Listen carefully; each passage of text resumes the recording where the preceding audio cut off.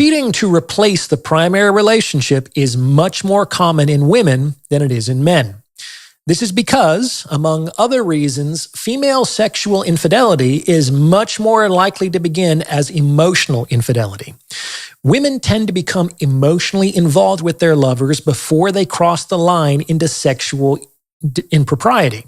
And that emotional involvement often inspires the desire for more time, more commitment, in short, more relationship.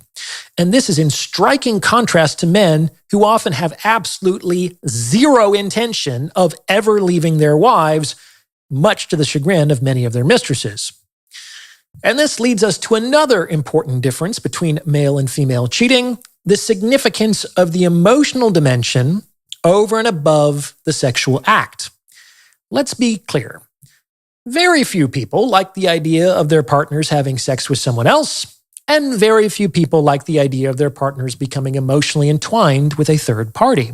Both of these are common reasons for conflict and divorce. That said, it's also pretty clear from the data that men care much more about sexual infidelity and women care much more about emotional infidelity. For example, if both groups are forced to choose between a scenario in which their partner enters into a chaste but emotionally intimate relationship with a third party, and one in which their partner enters into a sexual relationship devoid of emotion, men are more likely to prefer the first option, and women are more likely to prefer the second. I believe this study appears in David Buss's The Evolution of Desire. Sexual infidelity is very difficult, if not impossible, for some men to overcome. Whereas women tend to rankle if a man gives preferential treatment to another woman, even if nothing physical occurs.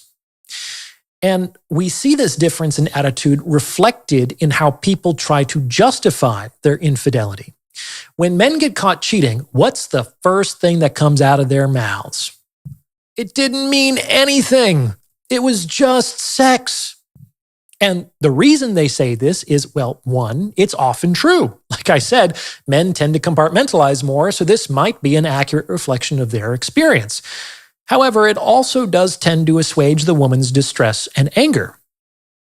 On the other hand, if a woman were to get caught cheating, and the first thing out of her mouth is, it didn't mean anything, then she just created an even bigger problem for herself. Far from pacifying that man, he is going to go through the fucking roof.